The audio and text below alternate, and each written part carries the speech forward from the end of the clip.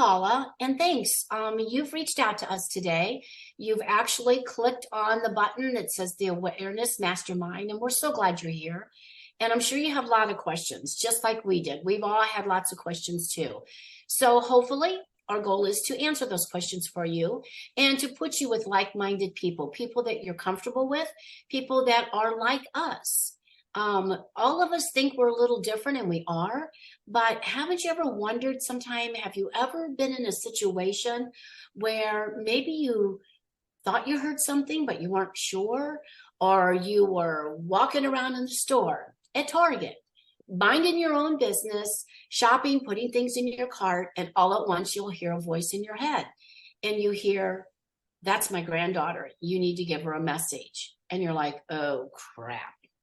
Okay, do you ignore it? Do you not pay attention? Or do you listen to that voice that you're hearing? And you're trying to think, am I imagining this? Is this really happening to me? Okay, how do I handle this and what do I do? Do I walk away? Do I forget about it? Or do I follow through? In my instance, I followed through. So this voice, this wonderful, warm, rich voice was telling me that her granddaughter, she was the grandmother, that the grandmother wanted to give the granddaughter a message. The granddaughter happened to be an employee at Target.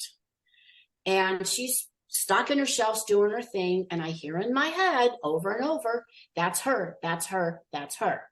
You need to go give her a message for me. She needs to know that I know how hard she works. She needs to know and be reminded how much I love her, even from the other side. You need to let her know that I know what a good job she's doing, and you need to give her a hug, a real hug. I mean, a real honest to goodness hug." And I'm standing there thinking, crap, I'm a 60-something plus year old woman who's white, and this Target employee is, of course, a person of color. And I'm supposed to walk up to her and wrap my arms around her and give her a 20-second hug and say, "I have a message for you." Talk about being out of your comfort zone. But I did it because the alternative was not to give the message. Well, there's a little sidebar to this story. I didn't get to give it to her that day. She went around the corner and I lost her. I searched all over the store for her and couldn't find her. So I'm like, got out of that one, and I went home. Well, I went home, but I didn't go home alone because the voice is saying, "You got to go back. You have to go back." So a couple days later, I go back to Target, can't find her. I'm like, okay, there's nothing I can do. I can't find her. I do my shopping, I go home. Voice doesn't leave me alone. I have to go back. So this time I go to the office at Target and try to explain to them why I need to find this employee that I don't know, but I can describe her to you. I can tell you what she looks like. And they look at me like I'm crazy. Because of course now, who gives angel messages at a Target?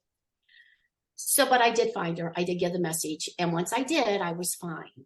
But we know there are other people out there like this. We know that maybe you haven't had such an extreme experience, but we know you have questions.